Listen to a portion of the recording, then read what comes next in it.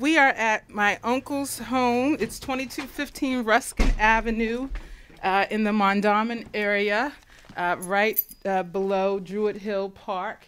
These houses actually aren't bad houses, or they shouldn't have been bad houses. They're historical properties on Alcontrali Terrace. They're the larger, grander ones that have all been renovated, you know what I mean? So that community or neighborhood is doing a little bit better, but you go 1 inch into the side streets and it's just the ghetto, short and simple.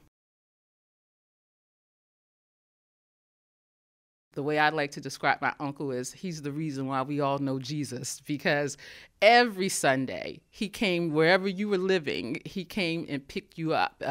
And we would go to Sunday school, have church, come back here, have lunch or an early dinner, and then go back to church for the evening service.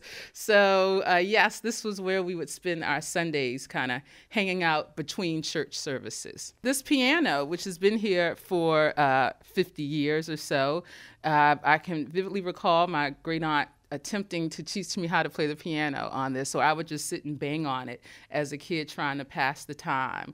I still can't play. I still can't play. What's interesting is despite how the neighborhood is perceived and has deteriorated, this is still a nice house. This master bedroom is very large, especially for a Baltimore row house. It has a huge double closet. Look at the hardwood floors. Since 1950, these have been well, I'm sure before that, but they're in excellent condition. Very good condition. I mean, this, from a rental perspective, if I was going to rent this house out, there's value. There's definitely value here. And because of the community, the only folks who are interested are investors, and investors want the cheapest house that they can get. Right, and you see what you're seeing is us trying to pack up my relative's things.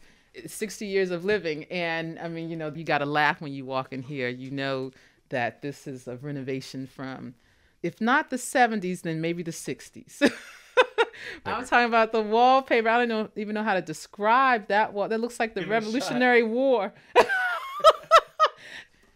And so here's the back bedroom. So all the bedrooms, like I said, are a decent size. And anyway, I'm sorry, you got to forgive me. I'm looking at the old pictures. I just want to see who these are. Oh, these are my cousins. My goodness, these are pictures definitely from the 60s.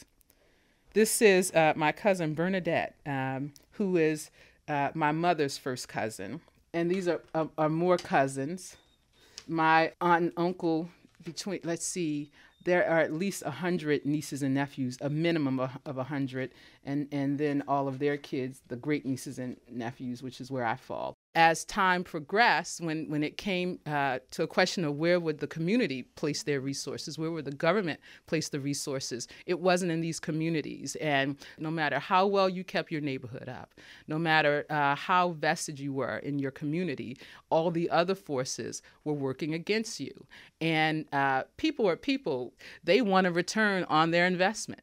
They don't want to live in a bad community. They don't want to live in an unsafe community. And so what happened to the children of the families that were lucky enough, like my uncle, to move into these neighborhoods? That second generation didn't want to stay in a neighborhood that was deemed to be a bad neighborhood. So by the time you got to the grandchildren level, like my generation, our belief is to be in a good neighborhood, you can't live back where all the black folks used to live, because that's the ghetto. And the very things that moving here was hoped to provide are the things that push us out of the community. And whereas now you have to make a decision for yourself that I'm going to live in the city.